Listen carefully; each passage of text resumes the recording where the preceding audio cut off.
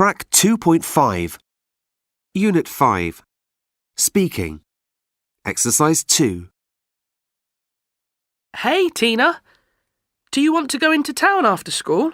No, sorry, Jake, I can't. I've got a maths exam tomorrow. Oh, right. That's a pity. Yes, I know. What about Saturday, then? Are you busy? No? Why? What are you doing? Some of us are meeting in the park for a run. We're going to enter a marathon. Sounds good. I must go now. Text me later, okay? OK. Bye, Tina. Track 2.6. Unit 5. Speaking. Exercise 3. Are you busy this afternoon?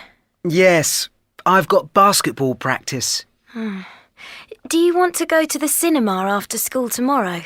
No, sorry, Kate. I can't. I've got a match. That's a pity. What about Saturday afternoon then? Sounds good. Text me later, OK? OK, bye. Track 2.7. Unit 5. Speaking. Exercise 4. 1. Are you busy this evening? Yes, I've got a lot of homework. 2. Do you want to go for a run tomorrow? No, sorry, Ben, I can't. That's a pity.